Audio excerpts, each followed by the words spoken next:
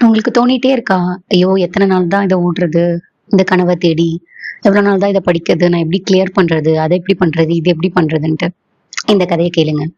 ஒரு காடு இருந்துச்சு. அந்த காட்டுல வந்து திடீர்னு தீ பத்தி எரிஞ்சுட்டு இருந்துச்சு. அப்புறம் ஒரு குட்டி பறவை. ஓகே.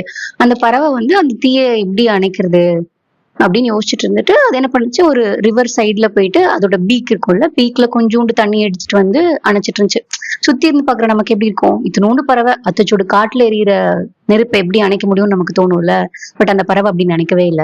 என்னால என்ன முடியுமோ அதை நான் பண்றேன் அப்படின்னு சொல்லிட்டு அத கொஞ்சம் கொஞ்சமா அதோட பீக்ல இருந்து தண்ணி எடுத்துட்டு போயிட்டு நாட் ஈவன் 0.001% அந்த ஃபயர் அணையவே கிடையாது.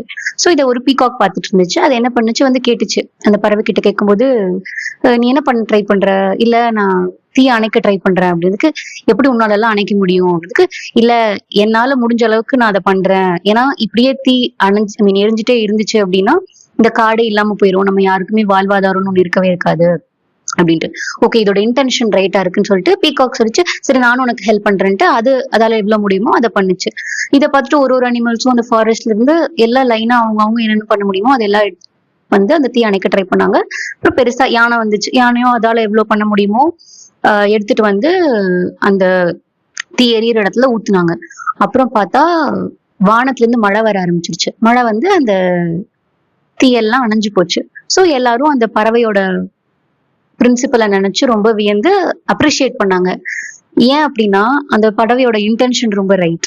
அது வந்து வேற யாருக்கும் எதுவும் பண்ணணும்னு நினைக்கல. அது எல்லாத்தையும் சேவ் பண்ணணும்னு நினைச்சு. அந்த மாதிரி உங்களோட இன்டென்ஷன் ரைட்டா இருக்கு. உங்களோட கனவை வந்து நீங்க நினைக்கிறீங்க அப்படின்னா டேக் தட் ஃபர்ஸ்ட் ஸ்டெப். எப்படி நடக்கும் ஏது நடக்கும்லாம் யோசிக்க வேணாம். உங்களால பண்ண முடியுற அந்த முதல் ஸ்டெப் எடுத்து வச்சீங்கன்னா, ஒரு ஃபேமஸ் கோட் கூட இருக்கும் வாழ்க்கையில ஓடுது. நீங்க உங்களோட கனவை அச்சீவ் பண்ணணும்னு நினைக்க நினைக்க அந்த இன்டென்ஷன் ரைட் ஆக இந்த யூனிவர்ஸ் வந்து ஹெல்ப் பண்ணும். It could be a random person, random mail ஒரு ரேண்டம் மெசேஜ்.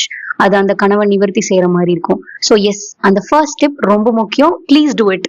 கண்டிப்பா அந்த கனவு உங்களுக்கு சொந்தமாக இருக்கு ரொம்ப நாள் கிடையாது. Good luck.